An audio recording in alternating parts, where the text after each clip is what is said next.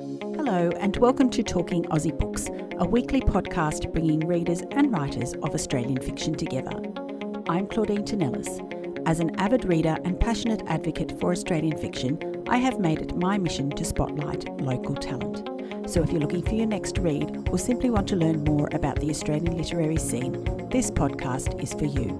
Grab yourself a cuppa, sit back and relax. My goodness, listeners, 2025 is absolutely getting away from me. I cannot believe that it's the middle of September already. But with the new season has come a crop of new Aussie fiction releases to celebrate, including the sparkling debut novel from my next guest author, Holly Cardamone. When not writing, Holly runs a boutique communications and writing consultancy from Melbourne where she helps people tell their story and grow their brand. Now, Holly's novel Summer in Between won the 2024 Hawkeye Publishing Manuscript Development Prize and has now been officially released into the world. An evocative coming-of-age novel, Holly has captured the essence of a beachside Australian summer along with the teenage angst of being no longer a child but not yet quite an adult. It's about teenage romance and future dreams, about family, cultural identity and about belonging. A gorgeously uplifting story and thoroughly enjoyable read. So on that note, welcome to the podcast, Holly. Thank you so much, Claudine. I have to tell you, I am so excited. We here in Melbourne, you may have heard that we had a couple of lockdowns, and it was actually your podcast that got me through some of those really, really tough days. I would stick you in my ears, I would go for a run, and it was just such a balm in such a stressful time. Oh, I cannot tell you what that means to me, Holly, to hear you say that. Because when I started this podcast, I didn't know if anyone would be listening. I had no idea if what I was doing was going to resonate with anybody. And I know that we have spoken about this before, but it truly does mean the world to me to know that it helped you in a tough time.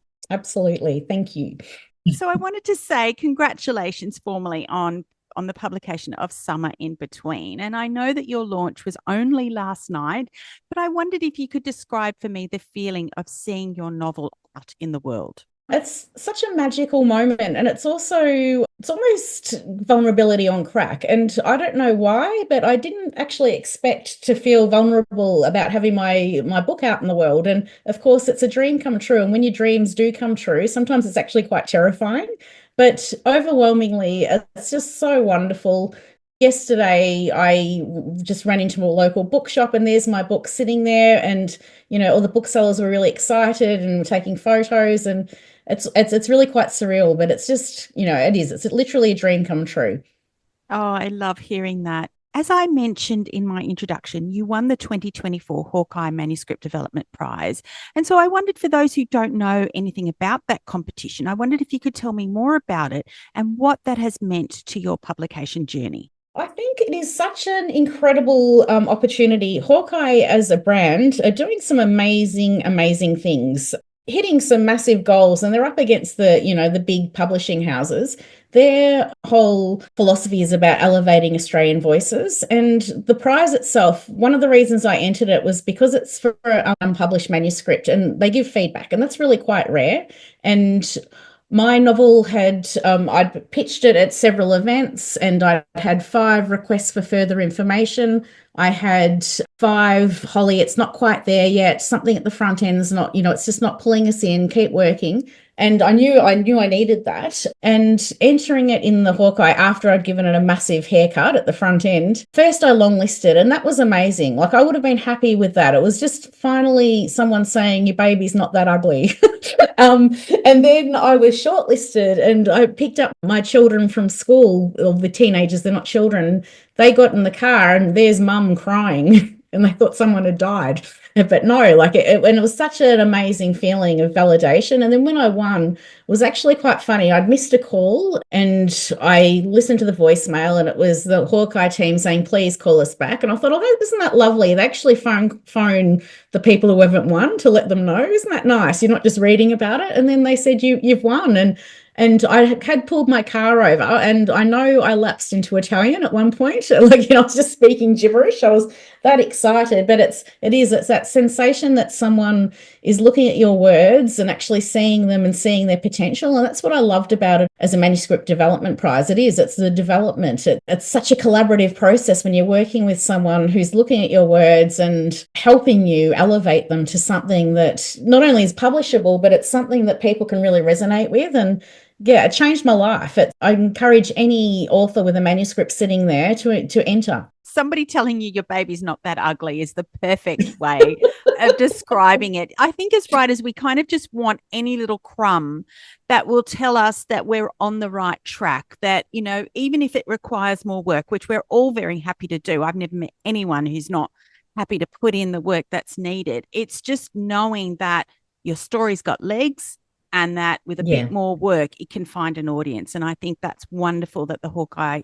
Prize does this for Australian emerging writers. So I wanted to know, how long after winning this prize were you offered a contract? Because that's not a given in this competition, is it? No, it's not. It was within 6 months, and it was funny because I was at a cafe with my friend Ali, my writing bestie. We catch up every month. Started in lockdown, and we were in a cafe, and I was saying to her, I haven't heard from Hawkeye. We've done the structural edit. Obviously, they're going to say, good job, Holly. See you later. And that's it. We're done. And then I said, here, read this. And I'd written a synopsis for another novel, the one that just came second place in the Opal Prize last month. And so my friend's reading this synopsis. And then I just opened my email, and there's a message from Carolyn Martinez, who's the CEO and the founder of Hawkeye. And the subject line was something like, I'm sending you on your hike with good news, because I was about to go off grid in Tassie. And I opened it and I just screamed. I held my phone in Ali's face and I've said, look, look, look. And she started screaming too. And then she said, what does it say? I can't see, because I was waving my hand around. And I said, they're offering me a contract. And we screamed. We cleared this whole cafe. Yeah, so I should know the actual dates on it, but it was within 6 months. But I also am someone that turns things over very quickly as well. So my structural edit, I got it back, cleared out my schedule and banged it out. Same thing with the line edit. So I think if there was a bit more backwards and forwards, it might have been longer. But it's funny, like Carolyn sent me an email that one of the editors had sent her saying, we have to publish this. The voice is amazing. And, you know, it just... yeah, it wasn't a given. Of course, I dreamed of it. And then when it was offered to me, it was amazing. A wonderful story. And I love that you cleared the cafe out, because I can just see that happening. Okay, so you told me just now about another manuscript that recently was awarded second place in the RWA Opal Award, which is fantastic. That's a brilliant placing for that competition.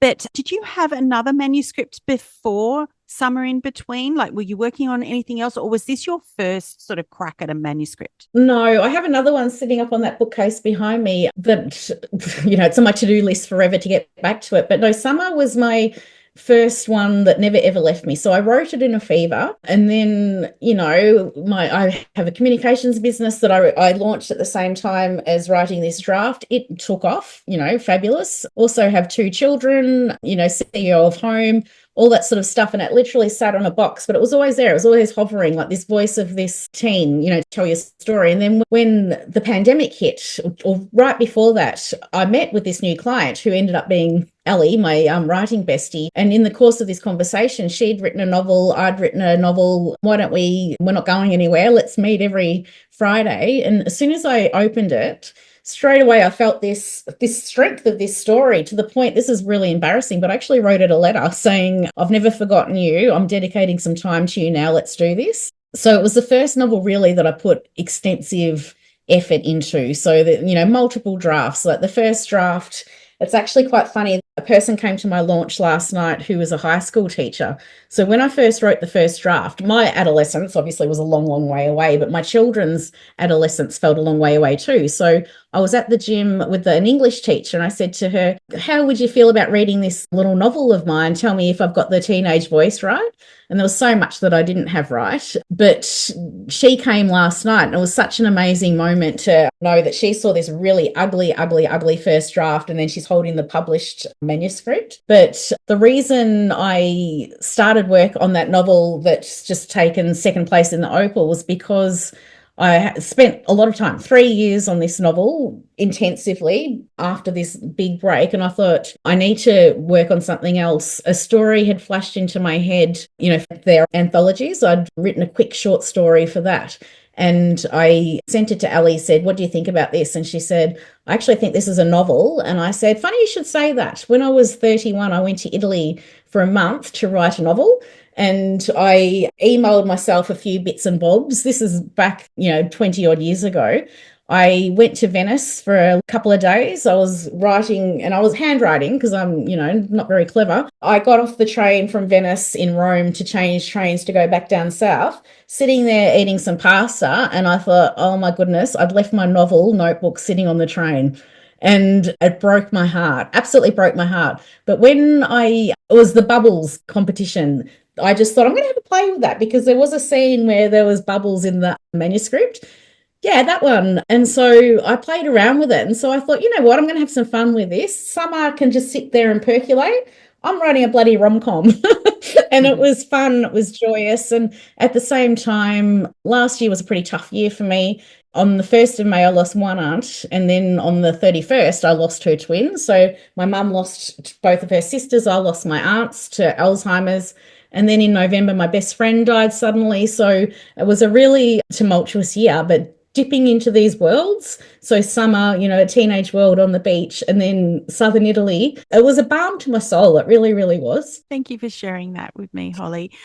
I can't believe that you left that novel on the train. That must have just been, all that work. It was actually it was devastating, and like all these character notes, because I consider myself very cosmopolitan, sitting there in a cafe in southern Italy with my gelato and the brioche, and scribbling because I'm an important writer, and I had a laptop. Like, why wasn't I typing this stuff up? It was ridiculous. But no, I've got to get all my descriptions and the senses and, the smell of the jasmine and all that sort of stuff. And then thank God my handwriting's really bad because anyone could have picked it up and wouldn't have been able to do nothing with it. Oh, bless. Oh, my goodness. That's a great story. Okay, so let's get back to Summer in Between. So, Holly, I wondered if you could tell us more about this wonderful story. Imagine if Looking for Ali Brandy and Puberty Blues had a book baby. That's my novel in a nutshell. But in a little more detail, it's New Year's Day, and our main character, Kat, is 17, about to turn 18, and she lives in Batters Cove, which is a tiny little beach town, 90 minutes from the nearest city.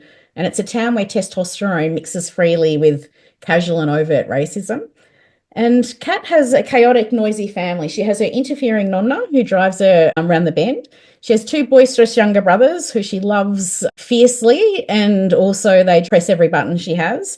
And then she has parents who are continually flirty with each other to the point of get a room. And because she lives in a tiny country town, her friends are all away for the summer. So she goes to the local private school.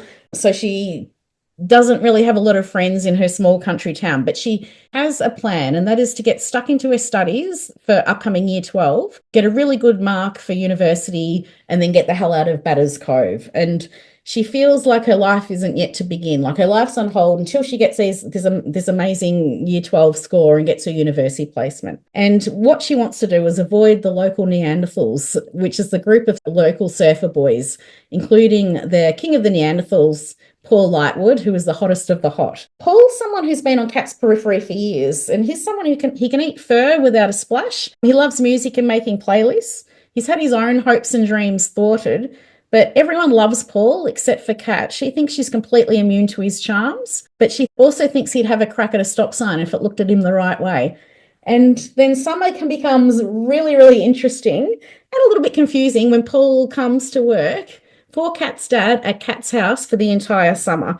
So throw in a beach party or two, some night markets, gelato, cliff jumping into the ocean, Nonna changing Paul's life with a spectacular lasagna, and that's my novel, Summer in Between. What a great summary. I absolutely love that. So you described you writing this novel, or certainly the first draft of this novel, in a bit of a dream. And so what was the inspiration for it? It's really funny. There was no sort of incident or, specific thing that happened, but I just had this image in my mind of a young girl sitting on the beach with a monster textbook, completely immersed in this world of study and oblivious to the group of ridiculously good-looking boys nearby. And then, of course, the question there is she oblivious? And that's where it sort of started. And I wanted to capture that essence of a teen girl on that cusp of womanhood and figuring out who she is in a place that doesn't quite fit, and also being wrapped up in so much love, like a family that she absolutely adores, a beautiful beach that she adores, but wanting to escape, but also knowing that she'll be leaving things behind and not knowing quite where to fit with all those. Such a wonderful starting point for this novel. So let's talk about Katerina Kelty, or Kat, as she's known to her family and friends. And as you've already described, she's extremely ambitious and she's focused on studying, and she wants to either do medicine or law. She's not quite decided yet. She's feisty and she lives in this large household with noisy brothers and an involved grandma in the form of the cantankerous Nonna. She goes to the expensive private school. And I think it's fair to say that not only is she ambitious, but there's a fair bit of expectation that she would use her education and her privilege, I guess, to ensure that she achieves what she's capable of. So really, the last thing she needed was a love interest. But along comes hunky surfer god Paul Lightwood, and what she thinks could be a summer fling quickly turns out to be something different. So I wondered if you could tell me about your decision to challenge Kat in this way. For a teen that's driven, and look, schools are amazing, but there are schools that have these incredible wellbeing programs at the same time as like telling these kids in unequivocal terms that they have potential and what is their potential and who decides what potential is. But there is a lot of expectations and pressure externally and internally as well. And I think one of the reasons Kat is so torn is there's the romance and there's all the lightness and joy that comes with that, but also she's highly aware that she's trying to get out, and like where does that fit? Even though it's only 90 minutes up the road, she's someone who draws a line. She likes her compartments, and that's the way she gets her head together, I suppose, and how she thinks about things. And she's very black and white. And also, like, she's 17 turning 18. Emotional intelligence is something that she's not supposed to have a lot. Like, it's that time when our prefrontal cortex is, all the neurons are firing, but like not firing properly. And we make ridiculous decisions, or we completely overanalyze things. And so there's, immediate conflict in that as well. And also she's quite snarky, and that's where the fun banter comes in. Yeah, so that's why I really wanted to focus on that character and that age and that stage, because it is such a tumultuous time. It's a time, I think, more than any other time that we're aware of what we endure and what we envy as well. So I suppose Brené Brown would classify it as shame, like the things that happen to us, like we really internalize them, and, and it takes a while to get over these things. Indeed. I had written down in my notes in preparation for this interview, in quotation marks, HSC and hormones. Now, I don't know what you call it in Victoria. Is it VCE or something like that? But yeah, here in New South Wales, we call it HSC. And in my mind, in many ways, the last year or two of school can often be, as you said, the most tumultuous, not only due to the pressure of trying to work out what you're going to do for the rest of your life, but add hormones into the mix and the results can often be disastrous. And I think it takes a fair amount of determination and resolve to stay on track. And I think Kat does have a fair amount of resolve. Then add Kat's family into the mix, and we've got her parents encouraging her to go out with Paul, and even Nonna, who historically thought boys were the enemy as far as teenage Katerina was concerned, almost seems to be pushing the two of them together. So tell me more about this and what you wanted to explore through this in the novel. I wanted to explore the concept that a young girl, a teen, can have a romance that doesn't stand in the way of her goals. I wanted the parents to support that, because to be highly aware that she was ridiculously focused and at risk of burning out before she'd even begun the school year. And also recognizing that Paul, as a character, was someone who could support her and not distract her. And that's one of the things that was important to me in writing Paul. I wanted him to be a character, like, he's confident but not cocky, and his masculinity is expressed in a way that very much he has her back, but he's not in her way. He's completely supporting her and supportive of her. As I said, he's someone who's had his own hopes and dreams thwarted. He's had his own grief and trauma, which has dictated some of the choices he's made, and he would do nothing to stop Kat from chasing her goals. And I thought I think that's really important to have a role model in literature where, you know, teen girls who are reading this will see a green flag relationship and know that it's entirely possible and desirable. The way he expresses his masculinity is something that is, you know, highly attractive to Kat, and she does bark at him quite a bit. She's got a temper on her, but he also pushes back on that. And he's obviously, his emotional intelligence, maybe because of the traumas experience, is a really nice balance against hers, and there are opportunities for the two of them to grow together. I love that so much, because I think so often young girls and young people in general don't necessarily know how to walk that line, to find that balance between being in a relationship and, as you say, having each other's backs and yet not standing in each other's way. And look, there's obviously, we need drama in a plot. We need drama, we need conflict, but I wanted to be very, very careful about the drama I injected. Like, I didn't want drama for the sake of drama. I wanted to write something that was highly relatable for a teen, but not moralizing and not judgmental and not belittling. And that was sort of the balance beam I was walking with this. And it's funny, like I spend a lot of time with teens. I have teenage daughters. One thing I always say to people, you know, who are just embarking on the teen years is always be the parent that picks up from parties. And, you know, I always say, if so-and-so's mum can take you, I'll pick you up. And that's because you hear everything. They think you're an Uber driver. If you're in the front seat and this pile of girls get into the car, a pile of teens, they just talk. And that's where you hear all the tea, as they call it. Yeah, it was very important to me to get that nuance of that voice right without glamorizing any of the toxicity that can happen. I didn't want that. Yeah, absolutely. And you did such a fine job with that, Holly, I must say. So from your website, I see that you grew up on a farm by the beach. So I wondered if this was inspiration for Batters Cove. Any resemblance to people or places, living or dead, is purely coincidental. And here we are. I'll just give you a big wink. It's really funny. I had a reader reach out to me and said, I absolutely loved how you wrote about that dodgy toilet block at Sorrento Back Beach. And I said, that's lovely, but it's actually 300 kilometres in the other direction. And to me, that told me that I'd nailed that quintessential Aussie beach town. Like, we all have a view of a beach town, either from our own adolescence or where we go. And there's always a dodgy toilet block. There's always, you know, a local hangout. There's always places where, you know, kids do stupid things like jump off the cliff into the ocean. And I kind of made it universal, but yes, very much a love letter to the place I grew up. I loved it too. And it reminds me of the small coastal town that I holiday at with my family a lot as well.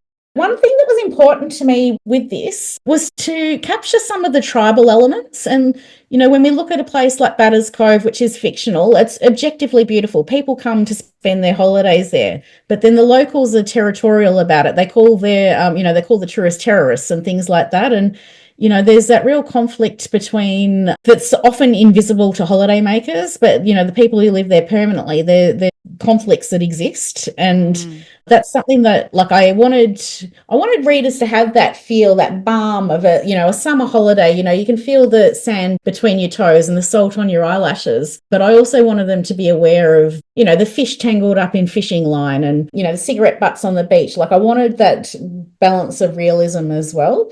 Yeah, you definitely feel that tension between Batters Cove being an ideal holiday spot, but also a place where people permanently live. I think what you've also done incredibly well in this book, Holly, without hitting readers over the head with it, is to explore racism. It's something that you mentioned earlier.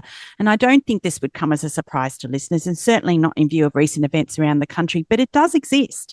And it can often be more pronounced in small towns. And despite the Kelties being local, they were still othered by some of the townspeople, weren't they? Absolutely. And I think, like, obviously there was, you know, their Italian heritage sort of set them apart, but also, you know, there was a wealth disparity there as well. And in small country towns, look, there's always a street or two that are disadvantaged socioeconomically. And I don't think in any other community the haves and have nots, you know, brush up against each other quite so much, which causes a difference. It was important for me to include this, you know, the casual and overt racism in it, because it was Kat's experience. It's a lot of people's experience. It was my experience. And, you know, every now and then I feel maybe we're coming a long way as a country, but then even a couple of months ago, I was in the newsagents, and I had $60 worth of surfing magazines actually for my social media sitting there. And I heard the person behind the counter used a derogatory word about Italians. And I just looked at her and I said, I was just about to spend all this money, but I'm Italian, so I'm not going to. And I just left the magazine sitting there on the counter, and I went outside and I did a story to my Instagram, and I was literally shaking. Like, I haven't faced that sort of or heard that since my own teen years. And it was really quite shocking to me. Like, I'm shaking now just thinking about it. So, and it was funny, up until that point, I was kind of thinking, have I gone a bit heavy on this whole racism thing? And then that sort of told me, no, probably haven't gone heavy enough. The Kelties were well off. They had a beautiful home. Kat's mum was an architect and her dad was a chief. And Kat, as mentioned, went to a private school. And so we learned that many of the local kids refer to Kat as an SUB, or stuck-up bitch, which Kat actually reminds us of time and time again. But then she also refers to many of the boys as Neanderthals, as you mentioned. There's a fair bit of stereotyping being flung around on both sides in this book, and I want to refer to a quote in which Kat's mum challenges her about the danger of putting people into pigeonholes like this. And she says when Kat refers to Paul as a Neanderthal, or the king of the Neanderthals, she says, how is you calling him a Neanderthal any different from this stuck-up rubbish? You don't think that's a bit unfair and hypocritical? So I wondered, Holly, can you talk through this with me a bit more? Why is this something you wanted to write about? So this I put in there because I wanted Kat's sense of feminism to be challenged. She's a character who's very, very certain, very, very clever, probably too clever, and she's got very clear ideas about who she is and who she wants to be. So I really wanted her in a situation where she had to challenge that, her own sense of feminism, and I thought this is a really perfect way to do that. The other reason I wanted these class distinctions, I suppose, was to give Paul, who on paper has it all going for him,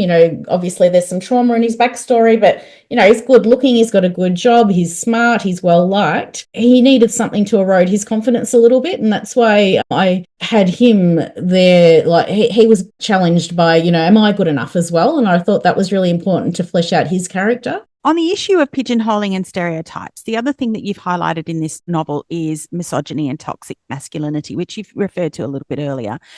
How these attitudes can proliferate in male groups, especially when unchallenged by other men. And we see this in the surfing culture of Batters Cove and the beach parties.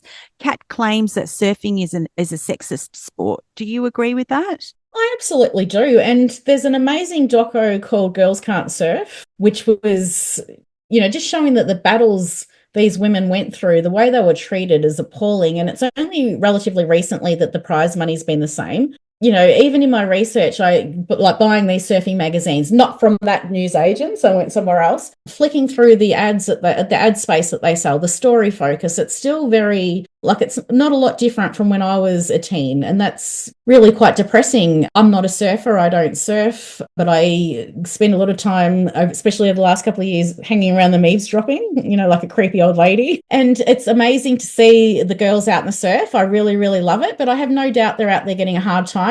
Just as I have no doubt that any girls out jogging get a hard time, out running. My older daughter and I, we ran 2 half marathons together. And it was awful watching her get objectified. She was 16 years old, 16 and 17. And, when you're running, you're working every part of your body. I'm also working my frowny muscles because I was literally looking at grown men ogling my daughter. And I'd be saying, you're right, mate. Like, I was quite vocal in saying, can you pull your head in? And then they're looking at me like I'm the unreasonable one. So I hope surfing's changed. I'm sure that the girls in it now are absolutely kicking ass. I know that. And I hope they're not getting a hard time in the car parks, but I'm assuming that they are. I wanted to touch on Paul a little bit more. He was an interesting character, which I think Kat can't really seem to get a handle on in her early dealings with him.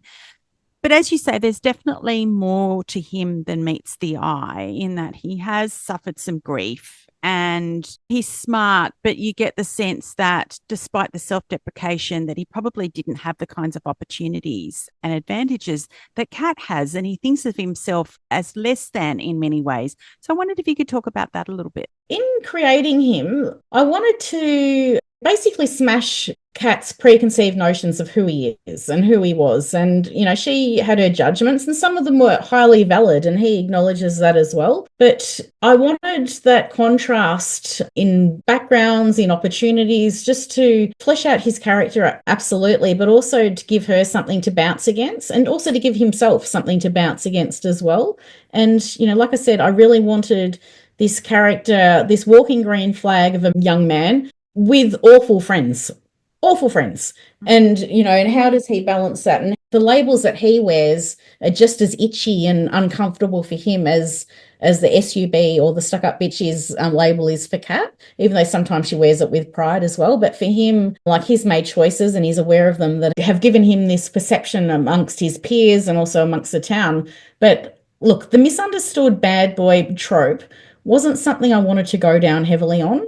But he was, like, on paper, like, you can see that he could have gone down that path, and I didn't want him to. I just wanted him teetering on the brink of that. The other thing, just thinking about it now as you were talking, is that we've already established that Kat was privileged in many ways, that a lot of her peers in the town didn't have the same kind of privileges that she did. And so that's her normality.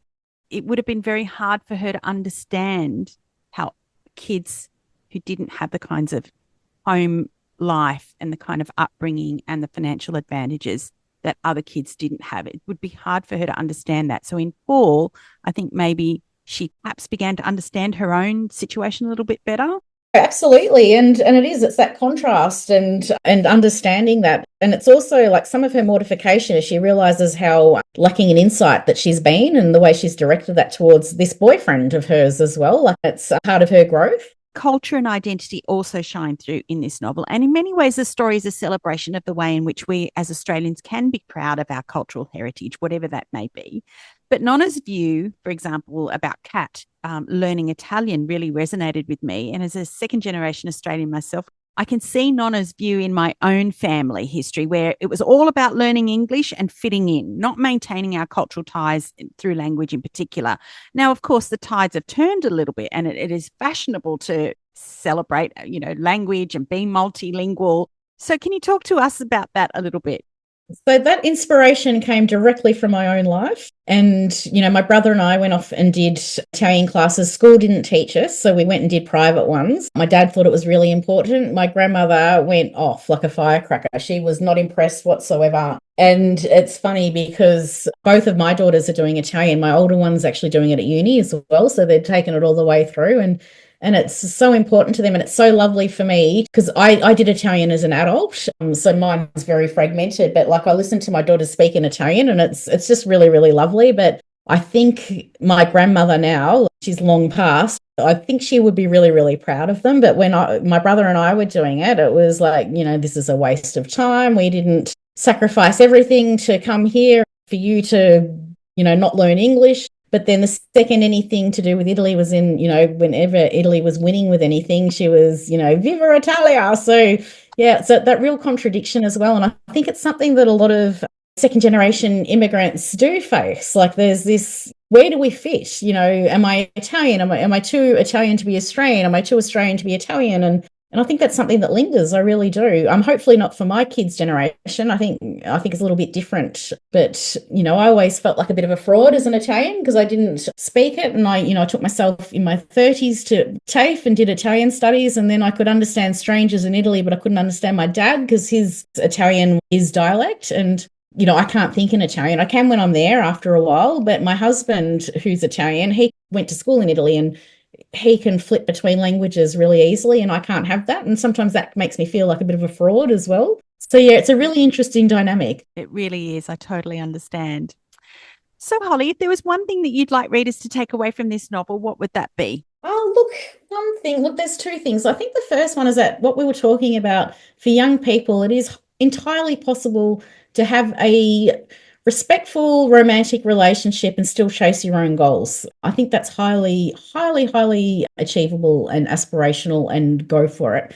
The second thing I think is the joy of reading. I had a message last week. Someone sent me a message on Messenger saying that they're not a reader. They started reading my book. They nearly missed their tram stop. And it said, "You've made me fall in love with reading again." And to me, like, you know, I think that's everything. Like, reading is joyful. Reading is fun. Like, it does transport us to, you know, other worlds, other spaces. And of course, there's heavy themes that are in this. And That's part of the reason, I wanted that family around Kat. I didn't want, look, a lot of young adult fiction, there's fractured families and there's reasons for those dynamics, but I wanted the older adults in Kat's life to have her best interests at heart, but also to have a lot of heart of their own. And I wanted that family full of banter and love and joy around all these other themes that she's dealing with as well. So I think that message, that takeaway, that reading is joyful, reading is fun, reading is play,